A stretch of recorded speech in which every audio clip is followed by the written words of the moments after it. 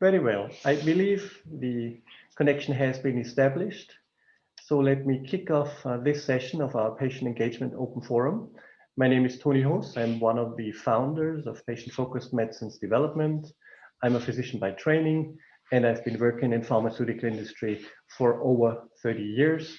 And my passion to involve patients, to co-create with patients is extremely strong. And that's why it's a great pleasure for me to kick off this session and to welcome each and every one of you. And the welcome should go along with a big thank you, first of all, for every one of you in the audience for taking time to participate and to share some of your views later in this session, for thanking the panelists today for sharing their experience and their view, and for thanking everybody who is working in the background to make this session possible. So I really appreciate that. Let's have the next slide if we could. Here we go. So some of you may have attended some of the other sessions of this open forum. I think it's pretty straightforward. The whole purpose of what we're doing here is that we work together as multiple stakeholders, patients being one, so that we really move the environment, move healthcare, drug development, therapeutic options development to the better, and really together without competitive or other thoughts, just serving patients and serving society. And if you want the entire topic of healthcare medicines development and its raison d'etre is really to serve patients and society. And I think it's very clear we need improvement. We always need improvement, but particular in the healthcare setting, and that cannot be done alone, as I said before. So it is about involving everyone, including patients, involving patients directly and not through proxies. And that's why we're having this session today and why we formed many of the initiatives, including PFMD and others. It's made with patients and it's not kind of made through proxy, as I said. If you give me the next slide. Thank you. You see, we have quite a number of very, very experienced panelists today who I'll invite to introduce themselves in a moment. Before I do that, let me say a few personal thoughts about patient experience and patient experience data. I believe it's really critical to understand what's important to patients. We all are patients, right?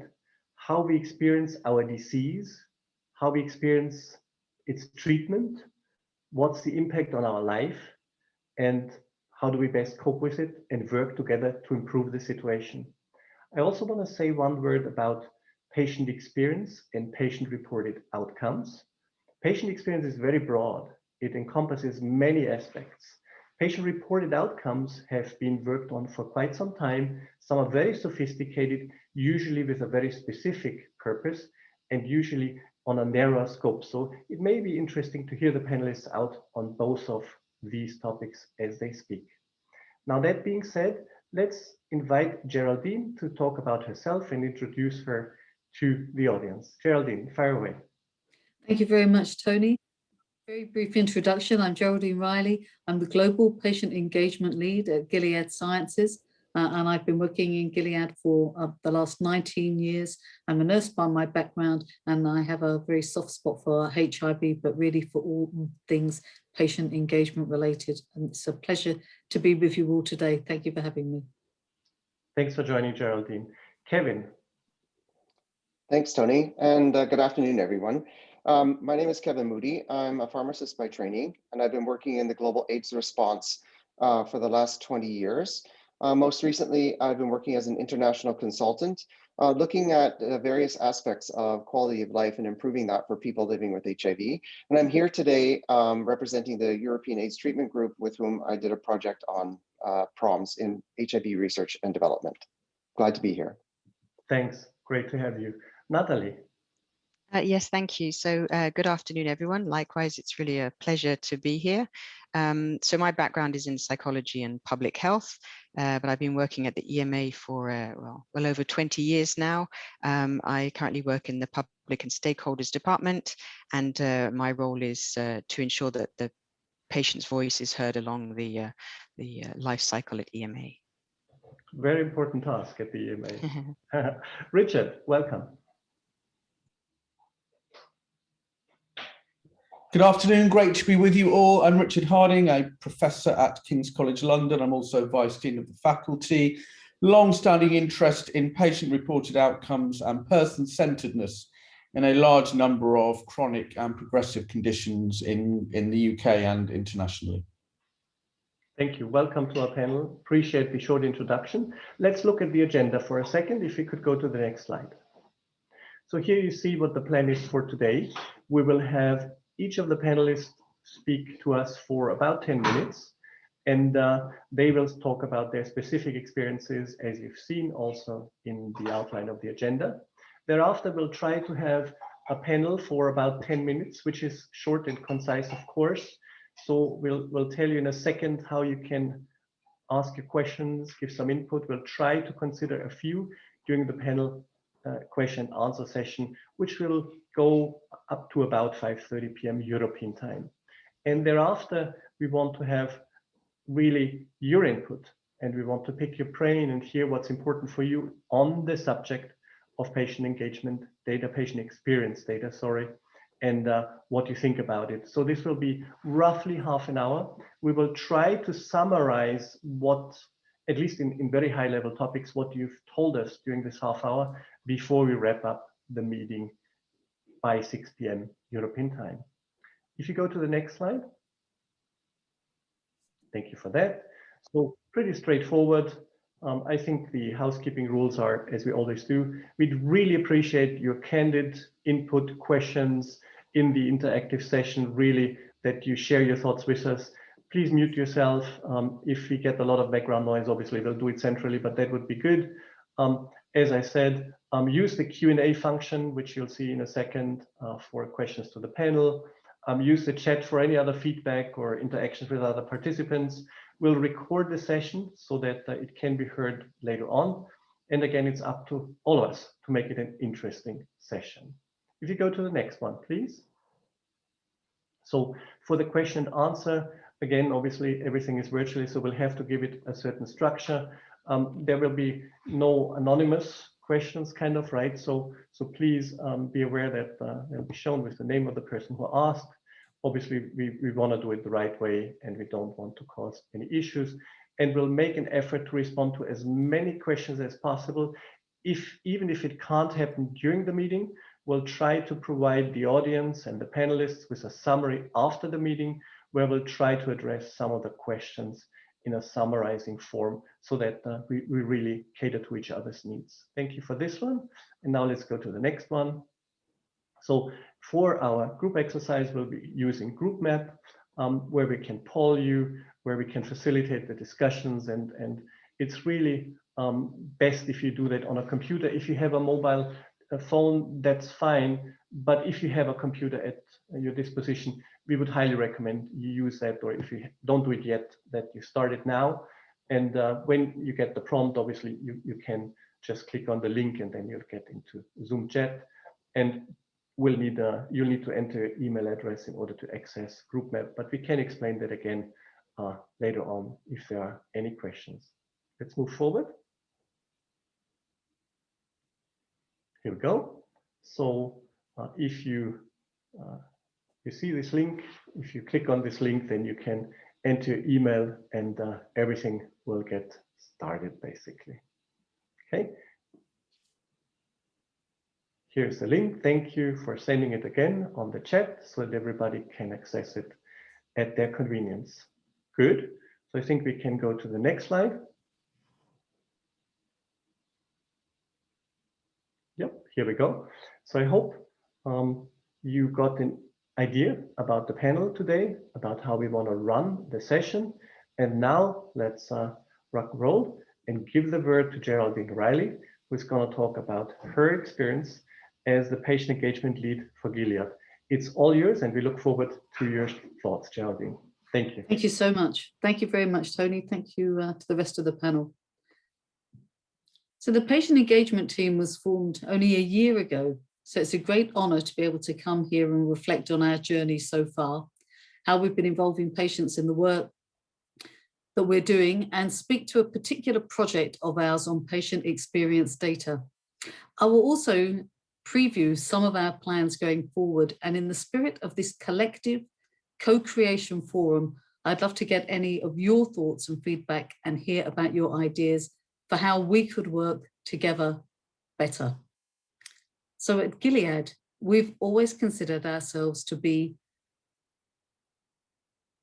patient-focused and have a strong legacy of creating transformative therapies. Some of the greatest advances in HIV and hepatitis C medicines have originated within Gilead Sciences, and our work has been made these disease areas both preventable, treatable, and curable in the case of hepatitis C, and they have improved the life expectancy of people living with these diseases. You would think, therefore, that must have been a very collaborative effort, co-creating these improvements with patients. And it's true, we've partnered with the community on many levels within our clinical trials and through disease awareness projects and other activities.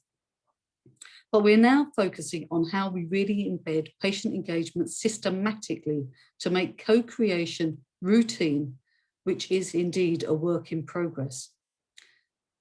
As a team in existence for about a year, we've arrived a little late to patient-focused medicines development and only joined about 15 months ago. During that time, however, this open and collaborative forum has allowed us to really consider how we interact with patients and how we can apply the quality criteria to our work with for patients. I'd really like to thank Nicholas and all of you that have been behind this incredible movement. It's been amazing work, and we were really blown away when we learned about it, and I feel rather embarrassed that we were so very late to the party. But we are with the party, and this particular work stream that I wish to discuss with you today concerns a phase 4 real-world evidence study. And I hear you say that sounds like an ideal situation to involve the patients and capture data that really matters to them. It could be a great opportunity to demonstrate how patient involvement can improve the process and ensure we're listening to patients' needs and preferences. Well, I'd like you to cast your minds back to 12 months ago. Yes, for some of us that was pre-pandemic and some of us just going into the pandemic, so you can remember very, very easily. This real-world evidence study is actively recruiting at that time. The timeline has been extended, so it's going to run for several more years, and additional countries and regions in the world have been added to the study too. So in total, the study has no less than 6 patient-reported outcomes being captured. It's running in 14 countries around the world, with around 1,000 patients currently recruited. Now, our initial conversation with the study organisers were to find out about the PROs. What was the purpose of capturing them? What objectives were they looking to achieve? Do the data captured what's important to patients, and do they capture the real needs, feelings and wants of patients, i.e. patient experience data? So let's pause for a second here, just thinking back on what Tony was saying. Just to think about patient experience data and PROs and clarify the difference. Patient experience data is data that captures what is important to patients related to their experience of disease and or their treatment. PROs are tools to support and capture these patient experience data. However, if the tool is not co-created or designed to capture those elements of the patient experience that is important to the patient, then it's simply not capturing patient experience data. From our perspective, this was an ideal study to involve the community. However, as this isn't routine practice yet, we work with the study team to explore the potential benefits of including the patient voice even at this stage in the study design. Now, conversations with the study team went backwards and forwards, as you can imagine, with the patient engagement team saying, well, why shouldn't we involve patients now, community in the study? And the organisers would say to us, well, it's a bit late, the study's already started. What value would it bring at this stage? How could we possibly do that? Would we be even allowed to do this? And I really am at pains to emphasise that at this stage, that it's no fault of the study team. Without the correct knowledge and resources, How were these organisers to know the value of co-creation of the study? I shall spare you all the multiple conversations of the multiple cross-functional partners and bring you to the next stage of the journey, where we finally got approval to pilot the patient engagement initiative alongside this phase 4 real-world study. We asked a group of community treatment writers, mainly people living with HIV, not entirely exclusively, however. And we asked them to be part of the pilot. They enthusiastically agreed to pilot our efforts to input into the study, to co-create plain language summaries for the participants. They also agreed to review the PROs being used within the study and help us consider which of the PROs and what patient experience data would be good to collect as an ongoing within the study. Well, it's been a really incredible group that they turned out to be. They have convened 3 times virtually, of course. They've worked diligently offline to have provided extensive advice and guidance to the agency that support us and, of course, to ourselves in Gilead. They've been magnificent, really insightful. At times, they've been brutally honest, very brutally honest, but for that, we're really grateful. It only serves to make the experience and outputs even better. As for the study organisers, they are in amazement at what's being achieved and what the patients are bringing to the study. And I've just a couple of quotes to share with you. There's been great discussion with lots of great nuggets to digest. We really should work with them to tap into this experience all of the time. And from our senior leadership team, they really are saying this summary is great, it's very clear. I can see how this would be very useful for patients. May I propose doing the same for other studies that we run? So you can see it's having a really, really immediate impact, great feedback. And I'd really like to thank the people that have been part of this process, enormously, particularly the community. They've been absolutely fantastic. So the activity is ongoing. The feedback so far is great, as I've said. Every time I think we've reached a version of the study summary that's excellent, they improve upon it again. They're so engaged and committed.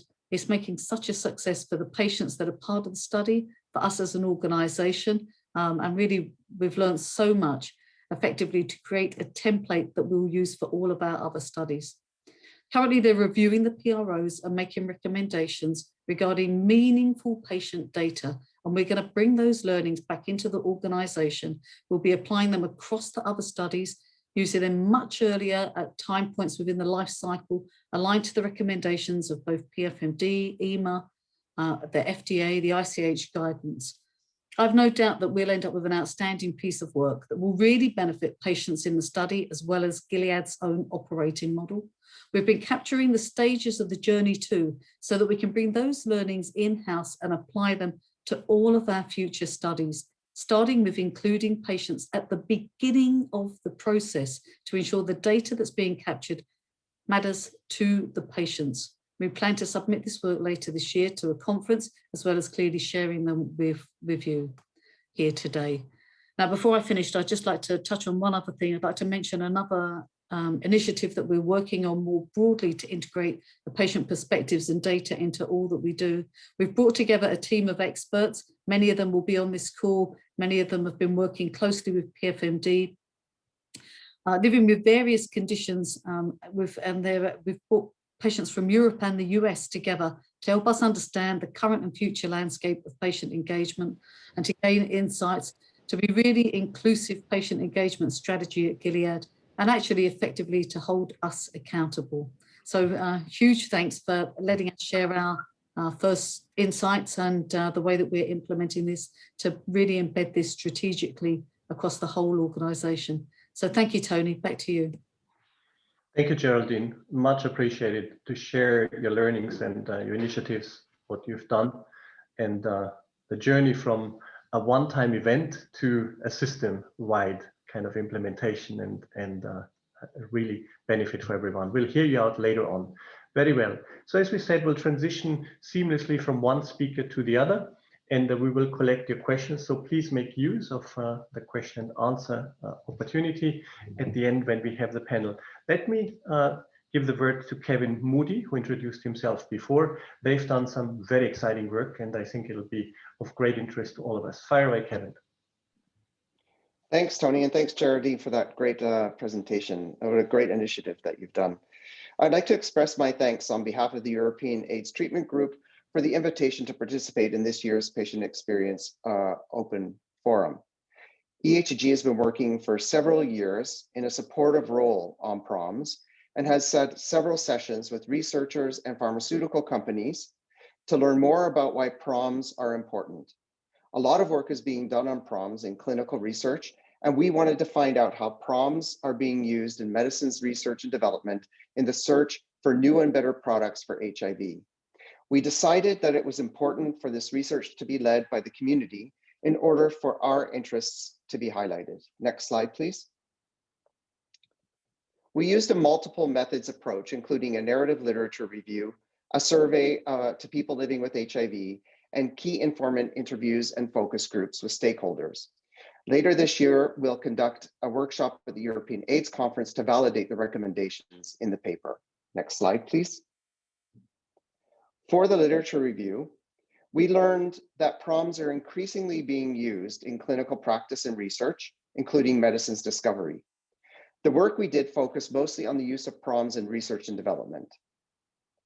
We also learned that PROMs can be used as endpoints in clinical trials, but that they must embody the characteristics of other types of endpoints, which include that they must be, first of all, closely related to the disease, that they are measurable, that they are sensitive to the treatment intervention, and that they're valid and reliable.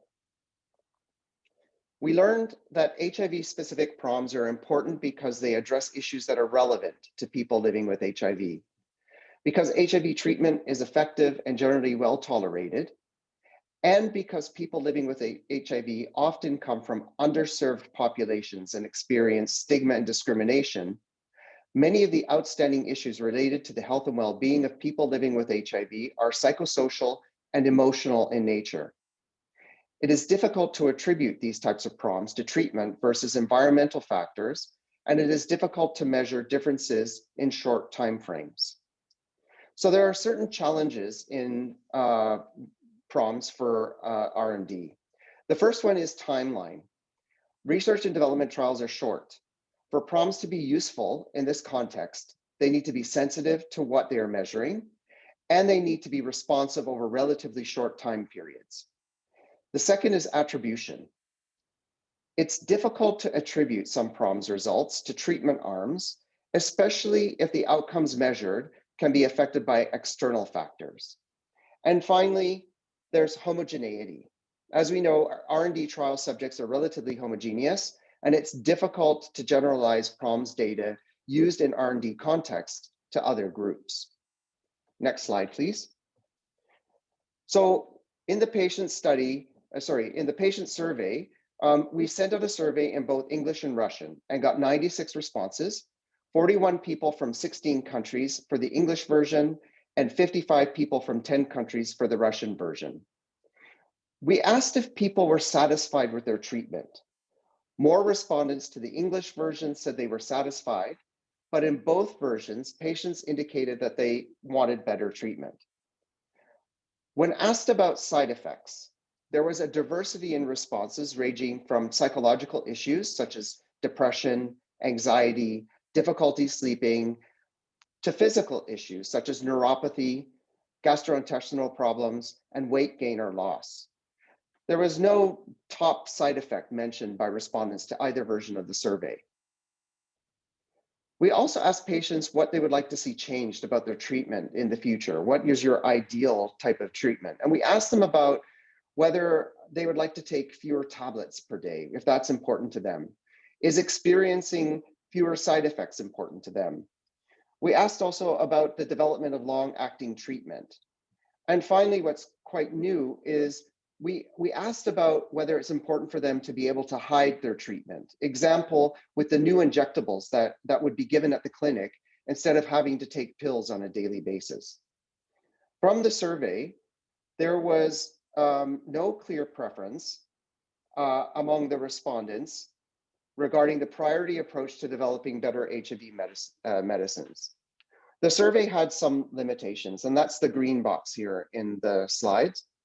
95 respondents were too few to assign power to some of the questions that we asked and the way we asked them. Another limitation of the survey is that it took place late last year when there were tons of COVID surveys. So we think that we encountered some survey fatigue. And finally, in our survey, the title of the survey referred to PROMs, which is a term that is not well known to patients. This suggests that the need for PROMs literacy moving forward is important, and that we need to avoid jargon in survey titles. Next slide, please. Previous slide, please. So I'm going to go through the various stakeholder groups that provided us with input.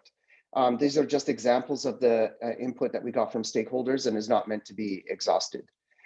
Our academic advisors, of whom Professor Harding was one, generously helped us with the methodologies of this work.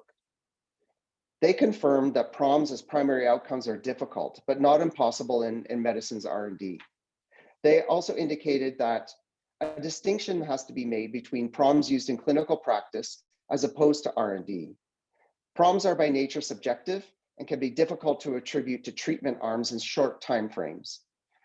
PROMs in R&D might be better suited to inform practice through the implementation of longitudinal studies, but this would require longer trials than the R&D context allows. From clinicians, we learned a couple of things. First of all, there's no magic bullet for identifying new products for patients. Every patient experiences their treatment differently. We also learned that it's important to develop better ways to incentivize involvement in PROMs. So the responsiveness to PROMs is often faces a barrier because patients don't want to fill out survey after survey after survey. So we need to find a better way to get them involved. And finally, PROMs provide the opportunity to use data collected to inform individual care plans and to develop better care algorithms. The pharmaceutical industry focus group that included colleagues of Geraldine's was lively, multidisciplinary, knowledgeable, and collaborative. It was a really exciting focus group. They indicated that PROMs for HIV R&D are generally used as secondary or exploratory endpoints on the whole. They also suggested that there's a need for better guidance from regulators and incentives that address product labeling. And then we got some input regarding health technology assessment agencies. And Neil Betterson is on the participant in the webinar, and he provided us with some really good insights. We learned that it's important to connect convenience-related product improvements, and that could be seen, for instance, as decreased tablet burden or long-acting formulations. They need to be connected to health outcomes. For HIV and other infectious diseases like hepatitis C, anything that improves adherence will contribute to reducing infectiousness. So it's more than convenience, but this needs to be shown to HTAs. And in generic PROMs are really important for HTAs in order to be able to compare interventions among different disease areas. This means that although disease-specific PROMs are helpful for regulatory purposes, it doesn't guarantee that they will be useful for reimbursement purposes. Next slide, please. So on this slide, I show a graphic that's been adapted by Wilson and colleagues on the left that describes the inclusion of patients in different stages of PROMs development. And this I've compared to the greater involvement of people living with HIV, or sometimes known as the meaningful involvement of people living with HIV. On the left, you see a hierarchy of patient involvement in PROMs that shows the highest level being the driving force. This implies being in control of the process. Under that are lessening degrees of involvement that are also important, but not as high level. And on the right, you see the greater involvement of people living with HIV model. This is an older model from 1999, but you see a similar hierarchy. In our field, there is a saying, nothing about us without us, but it's been a struggle to get this properly implemented over time. Next slide, please. This slide shows a similar hierarchy of involvement for non-communicable diseases that's been developed by the NCD Alliance. And it's important to show this because it's not just people living with HIV who think it's important, although sometimes we think we invented patient involvement. At the end of the day, It's important that PROMs are included for R&D only if they add value, are relevant to patients, and contribute to the outcomes of medicines discovery trials. There's a need for patients to be involved at every level, from the overall management, development of the conceptual framework, and validation and implementation and evaluation. And PROMs that do not meet these requirements risk being irrelevant, thereby increasing research burden on patients, which is a problem both from a pragmatic perspective, but also an ethical perspective. And my last slide is just to summarize that. Next slide, please. Oh, yes, thank you. That PROMs are an important and increasingly popular way to gather patient experience data, that they can add value to improving the quality of life of people living with HIV and chronic diseases by preventing, identifying, and treating comorbidities, and that PROMs for HIV R&D are currently used for secondary and exploratory endpoints, and more research is needed. And I guess the main take-home message that I want to give on behalf of the European AIDS Treatment Group is that investments in patient organizations should be made to increase their capacity to co-produce and implement PROMs, and to lead the advocacy for engagement in these processes. Thanks again. Thanks a lot, Kevin. Terrific work that you guys have done, of course, and really co-created, which I liked a lot. I wrote down one sentence: nothing about us without us. And I think that's part of your conclusion. You can have completely invalid tools if you haven't checked those tools and developed those tools with all stakeholders, including patients. Thank you very much. So now we're going to have the view of Natalie, who represents the European Medicines Agency, an agency that has been involving patients for quite some time in a very meaningful way. And we look forward to your insights today. It's all yours. Thank you very much, Tony. So yes, indeed, I'm going to give you an update of where we are at EMA in terms of patient engagement. So if we can go to my first slide, please. So as Tony mentioned, we really do have patients kind of fully engaged in our day-to-day activity. I think everybody is used to having them around, and yeah, part of the day-to-day activities. In the next slide, this is really just to show you that, you know, it's taken years for us to have this journey, and it really has been a progressive journey. And I think, as this picture nicely shows, it's not always been a straight road. And I think, you know, there's been times when we've had to, following feedback, look back at how we're doing things, to refine, to change, to modify, and then keep moving forward again. So I think it's good that it wasn't straight, because then I think that wouldn't be very realistic. Next slide, please. This is just to highlight some of the key milestones along this journey, which really started when the agency opened in '95, but some of the key milestones along the journey, really until we've reached today, where we have this systematic patient input along the medicine's regulatory life cycle. Next slide, please. I won't go into detail. This also is a graphic just to show you that following this journey, following development with patients, we've put in place opportunities for them to contribute to our regulatory discussions. And this really shows that it is along the life cycle. So in the 3 phases, from early dialogue before applications come in, during the evaluation of the marketing authorizations, and then through to post-authorization and safety monitoring. So there's different ways that they're involved, but it's about having them all the way along. It doesn't really make much sense to only include them at the beginning and then not during and at the end. And equally, it wouldn't be very sensible to not continue engaging with them once the medicines are out there.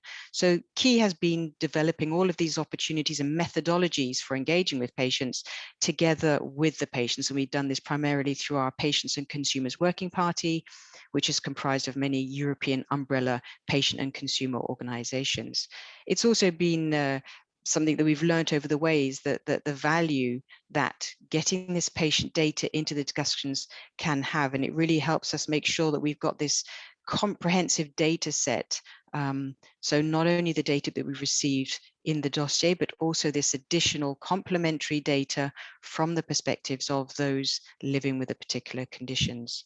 And also just making sure as well that there's mutual benefits across the board. It's really important for us as well when we were developing all of these things to learn from everyone that they were all walking away with something. I think it's really important that you know, it's not just about us taking that data, which okay, at the end of the day will inevitably benefit patients because hopefully we'll have more meaningful outcomes, but also that when they participate in a particular activity, they can go away feeling that they get something out of it, that they contributed something they felt really important, that they contributed something that's going to make a difference to the discussion and the decision, or just that they have learned something they didn't know before, that their eyes have been opened a bit about how regulatory discussions go on and what does it mean about weighing up these benefits and risks, for example.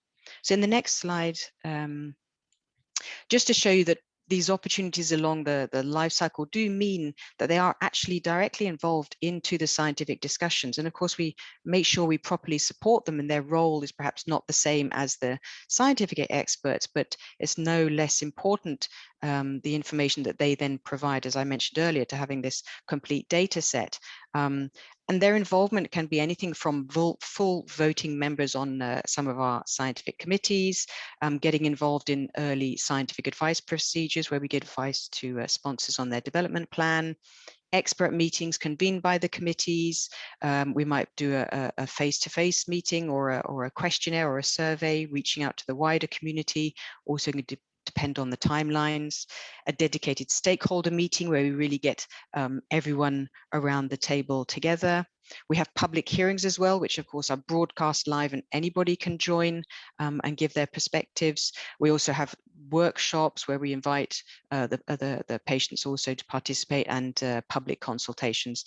And they also review all of the documents that we prepare, which are obviously targeted for patients, like package leaflets, labeling, safety communications, this kind of thing. We don't only work with patient organizations, we also work with individual patients, and we have a database where any individual patient or carer can register with us, and I think we have over 500 there. So sometimes we reach out through our organizations, and sometimes we reach out directly to patients, and we're always trying to increase our outreach. In the next slide. Thank you. So along our kind of journey, these are the things that we've kind of felt were important to look at and to address. And so about who we engage with, and I mentioned just now about the different groups, but it's about creating that diverse group of stakeholders. And it's not only patients, it's also healthcare professionals. We found a lot of benefit sometimes when we get around the table the patients and healthcare professionals, and also sometimes the marketing authorization holders, and everybody can listen to each other and have these discussions. Other times we have them individually, and it really depends. It's important to have criteria of how we are engaging and who we're engaging with. So we have criteria for the organizations we work with, just making sure they meet certain criteria like non-for-profit, patients' interest, these kind of things. And also for individuals, when they get involved, they do have to complete a declaration of interest and a confidentiality agreement so that we can really share and involve them fully into the activities. About how to engage. So I mentioned earlier about testing out these different methodologies. It's been really important that each time we started a new kind of engagement, a new methodology, that we did a pilot study in consultation with the patients themselves, tested it out for a while, and then saw how it was working. Did we need to refine it? Was it working well or not? Providing appropriate support and training. I think this is super important because without that, patients won't be able to contribute optimally. We won't then get useful information. So it's really a no-win for anyone. So it's really important to provide appropriate support and training. And this can be different for different people. We give different support and training for organizations and different ones for individuals, depending on what kind of activity they're getting involved in. So it could just be watching a training video, right down to having a one-to-one call with one of us.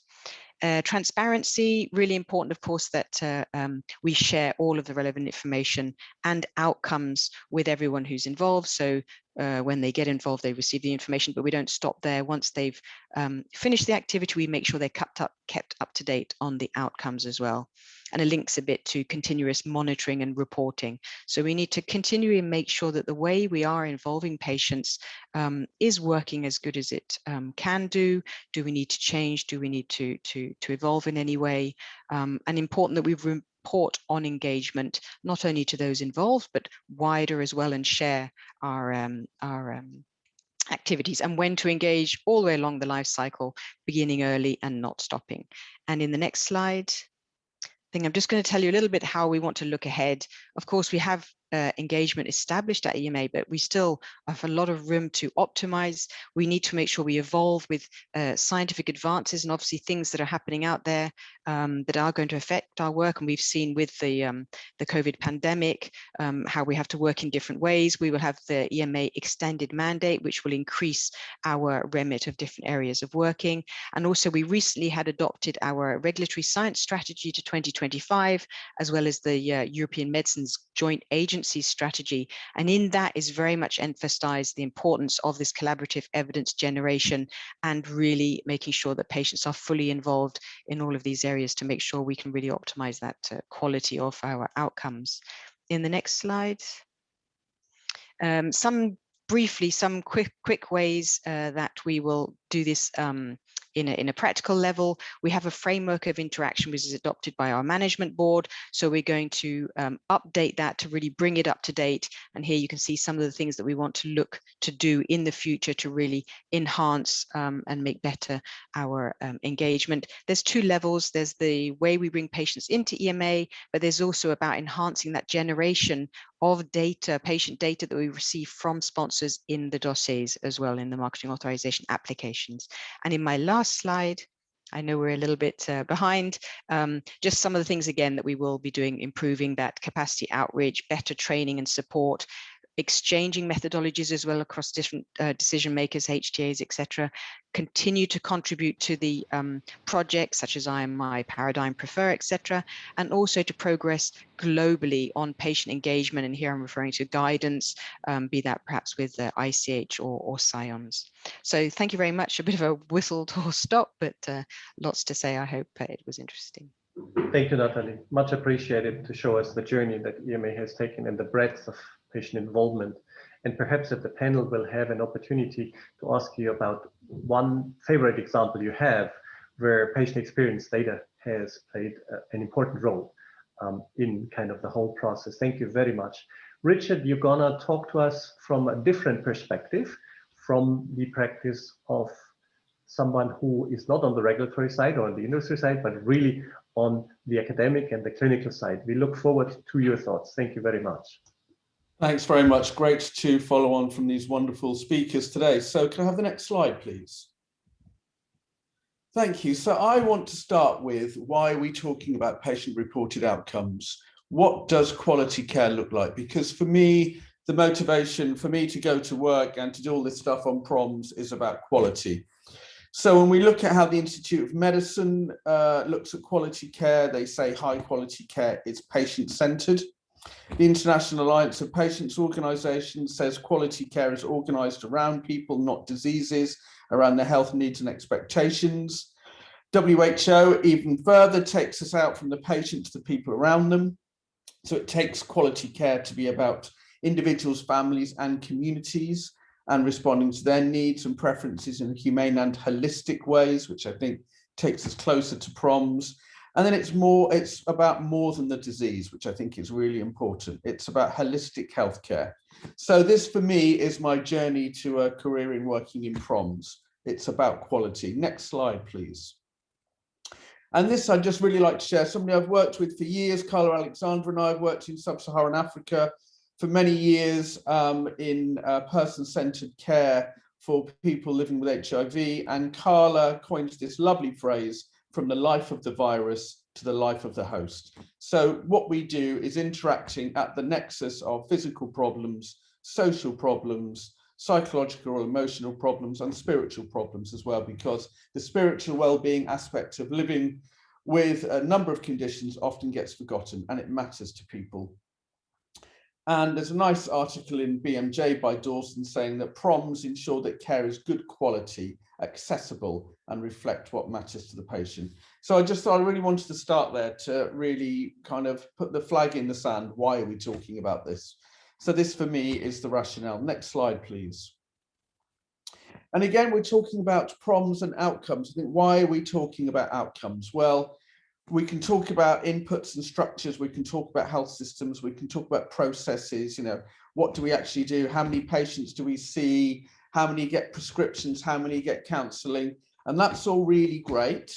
But my view is very strong that I don't care about the input structures, processes and outputs if you can't show to me that at the end there is a change in the outcome. So what Don Abedian in his model of quality would call change in health status or quality of life attributable to healthcare. So you've got the right structure, you've seen patients, you've delivered care, and then there will be a change in their health status. So for me, PROMs are about really making sure that we don't just do things, but we do things that make a difference for people living with any number of conditions and their excuse me, their families and their communities. Next slide, please. So getting the measure right is just so fundamentally important. And this is what takes up most of my life, working with various clinicians, people living with a number of conditions, their families, because the risk of using the wrong measure or using a bad measure is that you measure the wrong things, you don't measure what matters to people, or you measure the right things, but you do it so badly that you can't show that change. So measurement is a really complex and evolving science. I don't think any of us fully ever know measurement, because how we understand measurement and outcomes is changing all the time. But what we do know is there are some key tool properties. If you're going to have a measure, there are some basic things that we have to have in place in this field of what we call psychometrics. So first of all, we've got to have validity of any PROM that we have. So basically, does it measure what it intends to measure? So does it look like it addresses the concepts that you're interested in, and does it measure it comprehensively? Now, when we're establishing that, really important that in any measurement study, that the patient is the expert. And if you look at the psychometric guidance, when you're looking at the expertise in a measure, the expert is absolutely, without question, the patient. And you'll be maybe interested to look at some of the really famous measures of years gone past. And I don't want to name and shame, but some really big famous measures that have been used decades ago, but still get used. Don't ever ask the patient what they think in their development and validation. That cannot happen now. You couldn't get away with that now. Next, is it reliable? So does it measure it accurately? Does it, when you've worked out what this construct is you want to measure, is it measuring that specific thing accurately? Is it got internal consistency? So everything in it is contributing to measuring that one thing. Has it got retest reliability? So if the patient remains stable, does the measure remain stable? Has it got responsiveness, which is key? If the patient deteriorates or improves, can the measure pick that up? Is it acceptable? Because you don't want a 120 item measure. Nobody wants to complete that. Is it interpretable? If I see a score change, can I work out what that means? So things like working out clinically important differences. So those are the really important things that underpin a measure. Can I have the next slide, please? And the thing that always concerns me is when people say, oh, we're going to design a new measure. Well, that's great, but designing a new measure means doing that systematic reviewing, getting your panel together of experts, defining the construct of the concepts you're going to measure, getting your theoretical model together, getting all the primary data, talking with people to make sure what items you need, having long meetings to generate those items, then item improvement, or the cognitive interviewing, working with patients and families to make sure that those items can be scored and are interpretable, then revising all of that, then piloting it, then doing your full validation with hundreds of people to make sure that everything I showed you on the last slide can be proven, like validity and reliability, and then doing any changes, revalidation in new populations. So it's big, big science. So if you're going to develop a questionnaire, make sure you get it right. Next slide, please. And then we do know that PROMs work. They make a difference only if you use the data. Completing a questionnaire helps nobody. It helps a lot of people if you look at what the results are and you talk about them and you use them to appraise interventions, plan future care. So if you do that, to make sure you identify what matters to the patient and their family and those around them, and you use that data and you plan around that data, you can actually improve outcomes for people. It's really, really clear. In the context of HIV, where many of us are working, there are still some challenges in getting the right pros and getting them implemented. And there's a nice paper in Lancet HIV with a group of us working in PROMs in HIV. But a clear message in that is that patient involvement is absolutely key. It's really, really important that patients are not just advising, but are actually part of the team. They should have the same status as anybody else on the team, academic, clinical, or otherwise. So how we've done that is to develop face and content validity, and then item generation and cognitive interviewing, and then full validation of an HIV PROM, which began with community consultation, has had people at the table defining those items, people living with a condition, having community consultation, doing the cognitive interviewing, help us interpret the data, helping us work out the response levels absolutely from the start. Next slide, please. So we do know that outcome measures make a difference, but if you're going to have a measure, you need a whole suite of outputs and communications to make sure that people can use it. So the palliative care outcome scale is something that we've developed at King's. We have around 12,000 users in over 100 countries. If you're going to use it, there are different linguistic translations.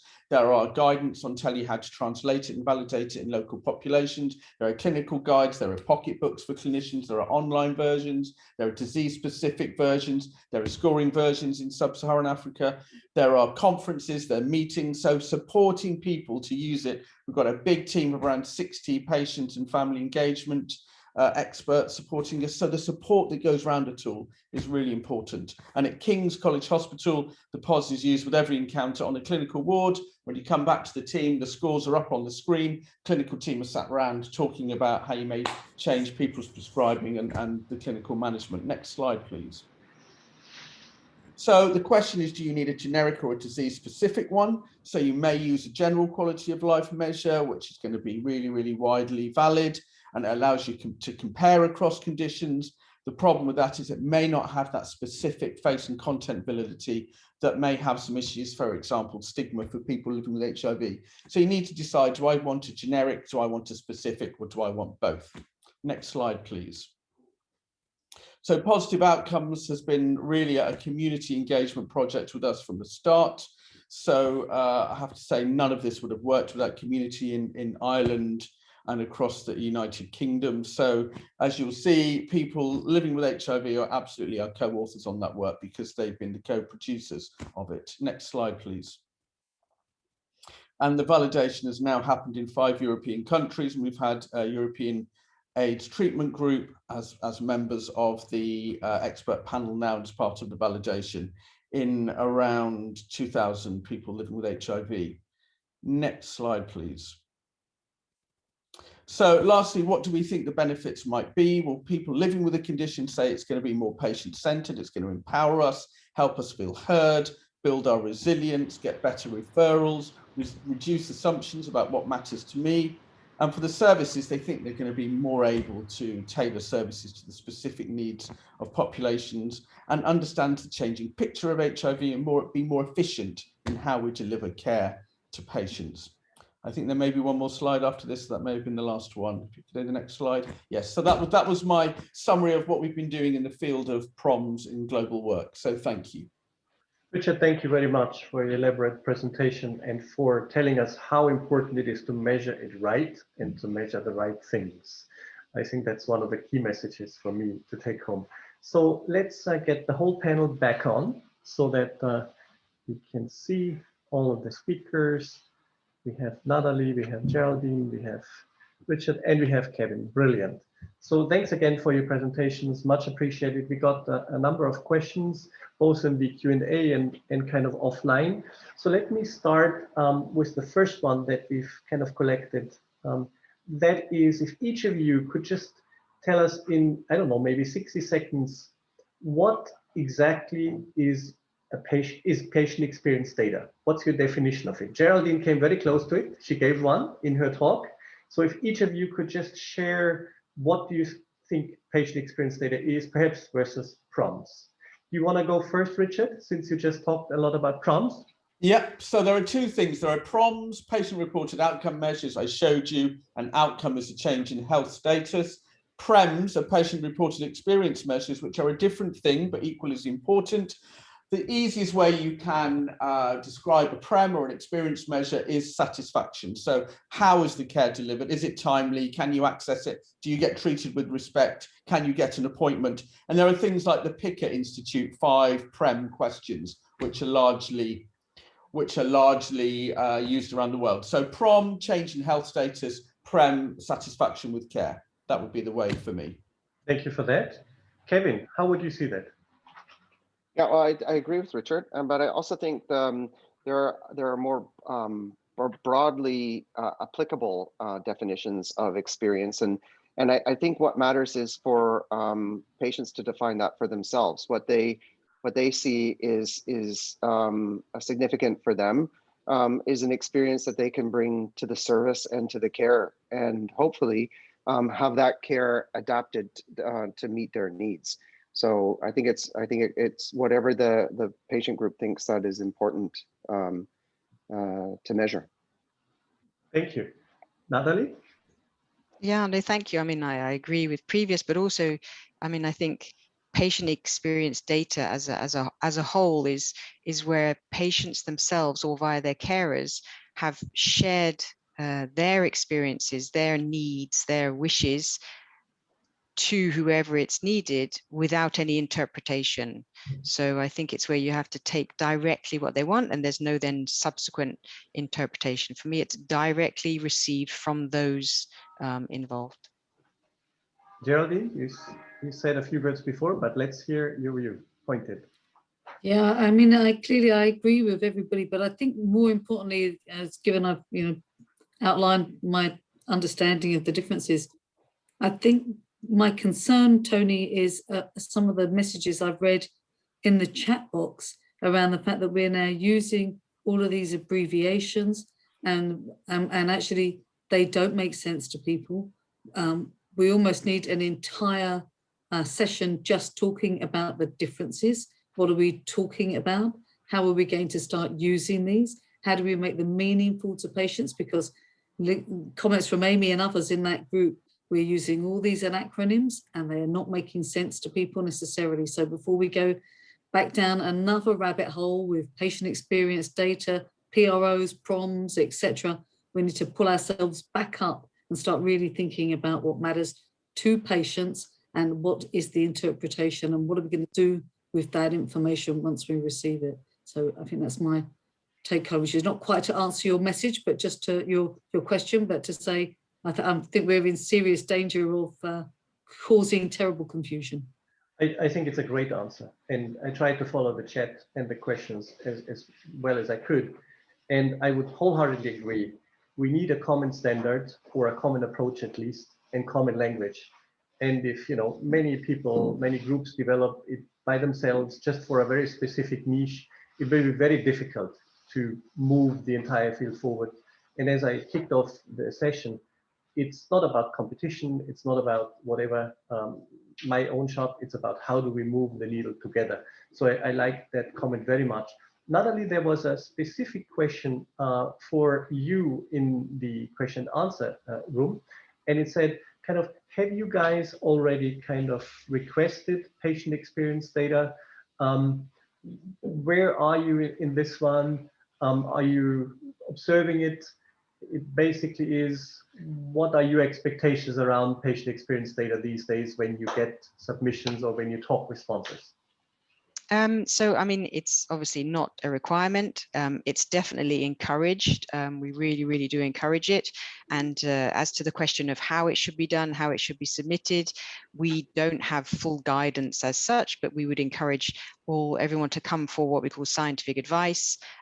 tell us your proposals, and then we'll give you advice on that, specific proposals in terms of collecting and then analyzing and submitting the patient data. So I can only say that we fully encourage it. We will fully take it into account as much as we can. Obviously, we need to see how robust and strong it is, but yeah, full encouragement to do it and come for scientific advice. And hopefully there will be some guidances coming out in the next couple of years, which will help as well. Okay, thank you very much. So there's another interesting question, because we talked about doing this together. Someone in the audience said, what do you think is needed from a multi-stakeholder perspective to address this opportunity of patient experience data, collecting it and really making use of it to improve, whether it's therapeutics, whether it's drug development, or whether it's anything in the field to move the needle for healthcare. So what do you think is needed from a multi-stakeholder perspective to get this together and avoid duplication and silos? Anybody in the panel who would like to share an idea? I'll allow you to choose who goes first. If not, I'll pick on one of you. I don't mind going first, because we did a consultation with multiple stakeholders, and I think that the key really is to communicate, because I think I think parallel streams could be useful, because there are different approaches to getting patient experience data, and I think people look at it through different lenses. So I don't see necessarily that it's duplication, but I do think it's really important that this work that's being done is communicated well, and there's a place for that to sit, where we can see where it's all happening and how people are communicating together. I found it really enriching to hear from people through the different lenses that they brought to that work. So I think it's really important to make sure that we have multiple stakeholders involved.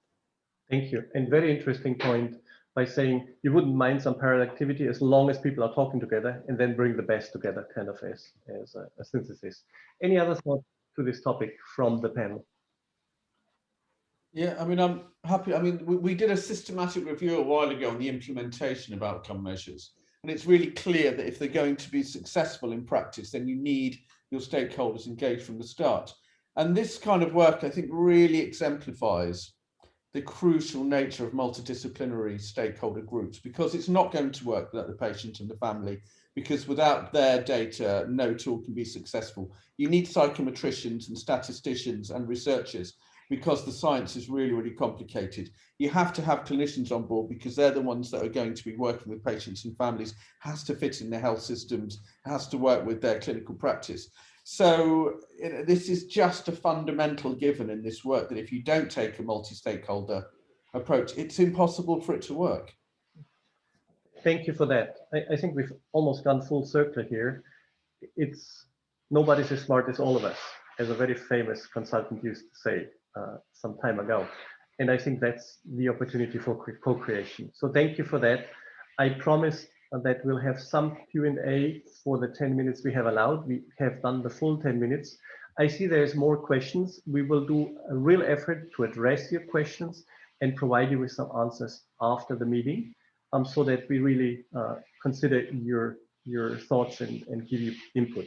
Let's move now to the session where we would like to hear from you in the audience, which is extremely important, because again, otherwise we would just be talking from our side and we would not hear you guys out. Since we have a large audience, obviously, we need to do it in a fairly structured way. We have about 25 minutes for this session.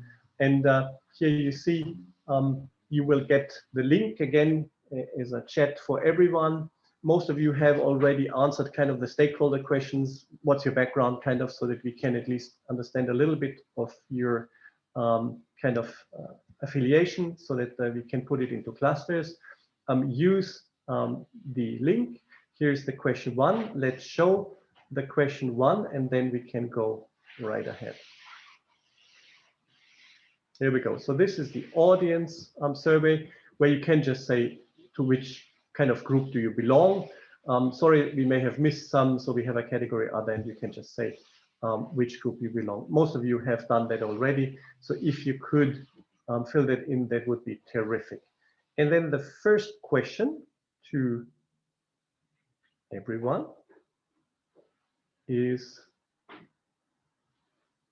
you can see it now on top. Why do we need to understand the patient experience from your view? Obviously, you've heard the panel, why the panel, we all believe it's important. We would really appreciate you sharing a little bit of your thoughts.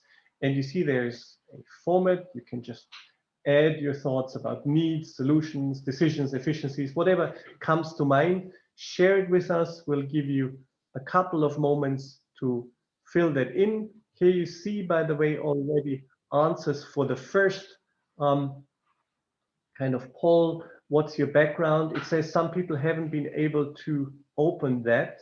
So we'll work on this in parallel while we kick off the first session. But you see, we have of those who have been able to respond so far, we have a number of people from pharmaceutical industry and a really good mix of all the other stakeholders. So I would suggest we go to the first question now that you've shown before. And if Sylvia wants to make any comments, how we should do it, fire away now is a good time for you to instruct us. You can simply add your thoughts here and just inputs all of your ideas. You can see here on top some instructions so that you can just be able to navigate through the platform, but it should be quite easy. So feel free to add your inputs. Thank you. It's really important. Please share your thoughts with us. And we'll start the time and we'll see how we progress. If people are faster, we can end this particular session earlier. Please give us your input. Thanks a lot. And I'll just mute myself and come back in a couple of minutes.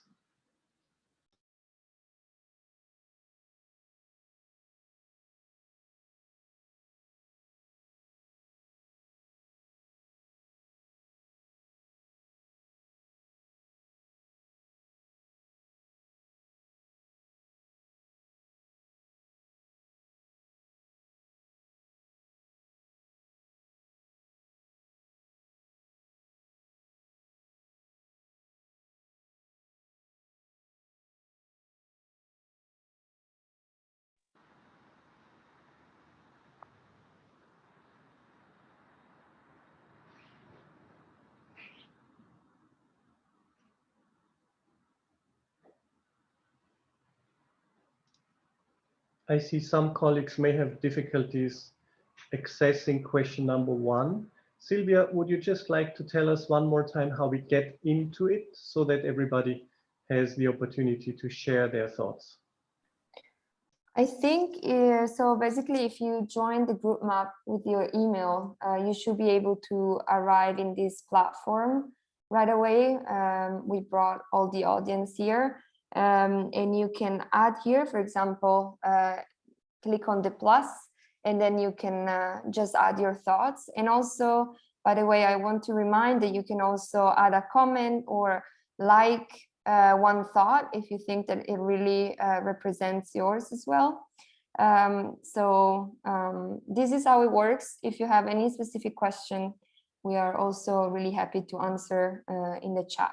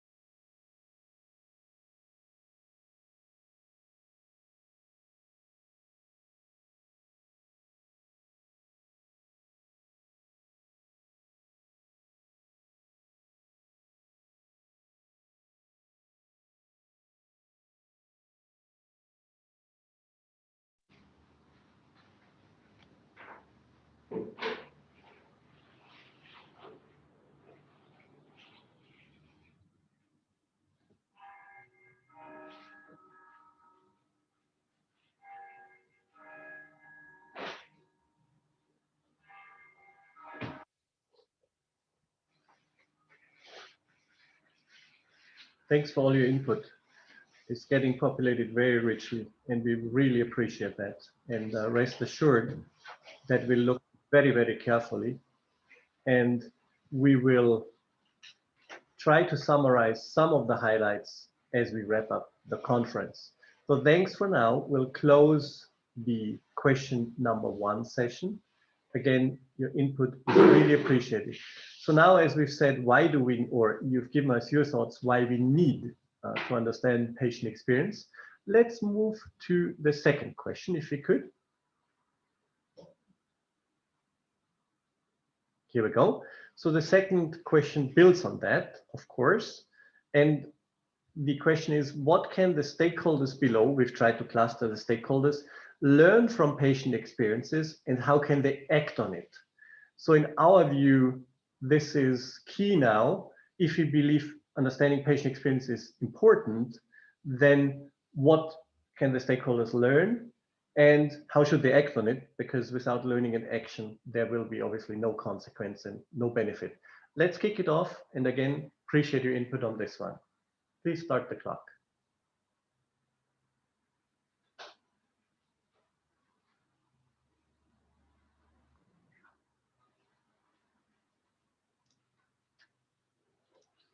And I've seen that there's been a comment that there's a very short time. We know, and we're sorry that we cannot have a very long session to collect input, but we thought at least it's an opportunity to get your high-level thoughts, and then we can build on it in future sessions and present summaries and then get further input. But at least it's an opportunity in these 90 minutes that we have to hear both the audience and the speakers. So thank you for your understanding.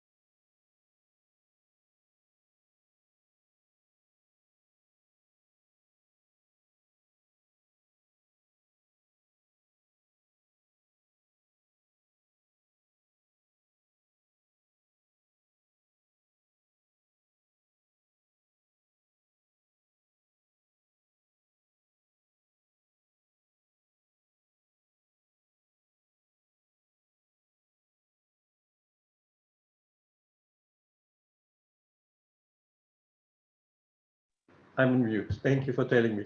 Thank you so much for your time and for giving input on these important topics. You may have seen that we've just made a decision as a team. We will keep this tool open for another 24 hours. So if you elect to give further input, share more reflections, more thoughts, you will have 24 hours to do so, so that we are not rushed and will capture the high-level thoughts in the time frame we have for this 90-minute session. Very much appreciated. Again, we believe these are key questions. Let's have a look, an initial look at the third question, if we may.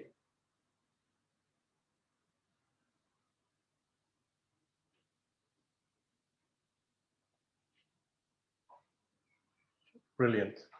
So now that we've kind of talked about what actions should be taken, the third question is, what should be considered to ensure that data effectively captures the patient experience? We've heard the panelists talk about it, right? It's very important to get these measures right. So what do you think needs to be considered that it's effectively captured?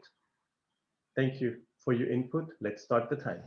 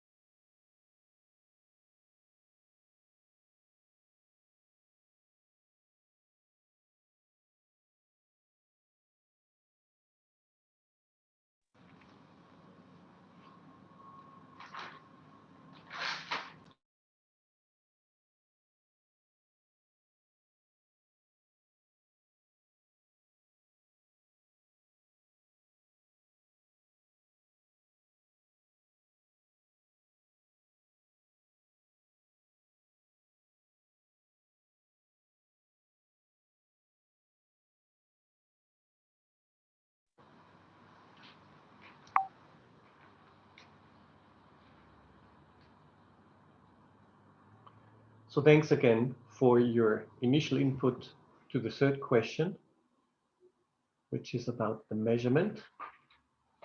We truly appreciate it. As I said before, and I truly appreciate the quick response of the team following your requests, there will be 24 hours for you to provide more input, more feedback, and we will make sure we share that in a summarized form with you after the meeting.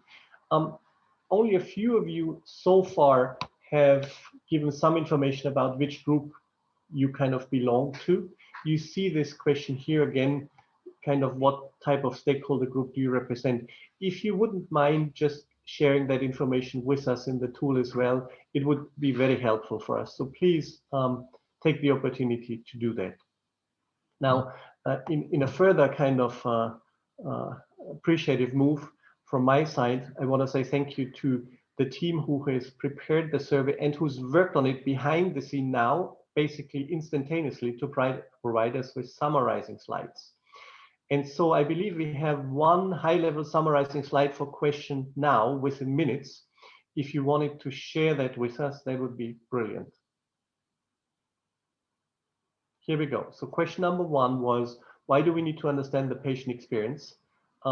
Confirmed, patient needs are to be clearly understood, to design, collect, and analyze meaningful data. This is not stakeholder exclusive, of course, can't be one. Understand unmet needs to inform guidances, HTA assessments, product development. And then under needs, there is common understanding across stakeholders and also within organizations.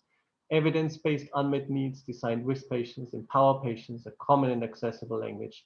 Guidance is designed to inform the entire product life cycle. So guys, that's been really brilliant to capture some of the high-level answers and trying to summarize them within minutes. What do we have regarding question two? Question two was, as a reminder, what can stakeholders learn from patient experiences and how can they act on it? So here we see confirmed needs. Patient experiences can assist decision-making, inform solutions, and provide efficiencies. I believe in the future they probably should assist or even be part of decision-making, or not even be part of decision-making. Stakeholders throughout the healthcare system have important roles to play, absolutely, in patient experiences. And needs, opportunities, again, it comes up, multi-stakeholder, not single kind of unilateral activities, and increased awareness and education for patients so that patients can really seize the opportunity.